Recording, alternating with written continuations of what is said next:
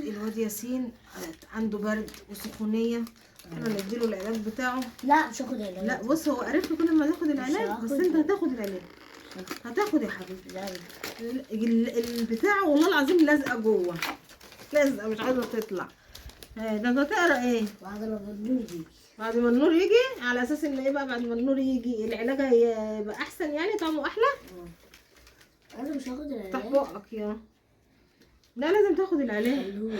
خلولي على فكره لسه في مضاد حيوي، انزل اجيبهولك. ده بتاع السخونيه، طعمه حلو. ده مضاد حيوي اللي طعمه مش حلو، ده طعمه جميل امور، طعم المانجا. لا تدوق، دوق هتعرف ان هو طعم المانجا. فراولة. طعم الفراوله. يلا عشان ادي محمد شويه دلوقتي بالفراوله. لا فراولة حمضانة. يلا خد العلاج. لا بجد يا ياسين، لا مش هينفع. تعالى يا حبيبي. ده بالبرتقال. والله طعمه جميل. الله، ريحه البرتقال وطعم المانجا، يعني خلطبيطه بالصلصه كده. يا ياسين خد بقى، ما تزهقنيش بقى، مش كل ما تيجي انا هبعتك تحت الصيدليه تاخد حقنه. ماشي اعمل كده بس. انا اللي اعمل كده، انت اللي هتعمل كده. اعمل كده؟ اعمل ازاي؟ ازاي؟ اعمل كده؟ ارفعها لفوق احسن. طب وانا كده اعمل لو رفعتها لفوق اعرف كده؟ ازاي؟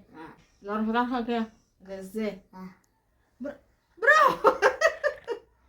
برافو، عرفت بالدفايه اللي انا مبيناها دي. حلو حبيبي، ده يعالجك، ده احسن ما اخدك اديك حقنه دلوقتي. روح بقى اغسل لي بقى ايه الحقنة احسن منه بكتير. طب يلا عشان الحقنة بقى بقت بستحملها. الحقنه بتستحمل احسن من ده. اه ده للسخونيه. الحقنه بقى مضاد حيوي علشان تخف خالص من الكحل. تعالى اقول لك عشان هنجيب حاجات حلوه واحنا جايين. تعالى يا حبيبي، الله يهديك ويصلح لك حالك يا رب. تعالى بقى عشان تخف. انت تستموت لي فيه، لما تاخد علاجك بقى تقوم وتبقى زي الفل. قوم يا ياسين بقى، انت بقيت مستفزه قوي. قوم شديني عشان اطلع فوق بقى. قوم يا حبيبي، العصر ده عايزين ننزل. يلا شوف هروح لعلي دكتور. يلا بالسخونيه اللي عندك دي. شديني بس. قوم يا ياسين. لا امسكك، امسكك من اللباليبه، امسكك من اللباليبه. تعالى عظيم، تعالى اقعد جنبي. لا انا تعالى عشان اعمل لك كمادات.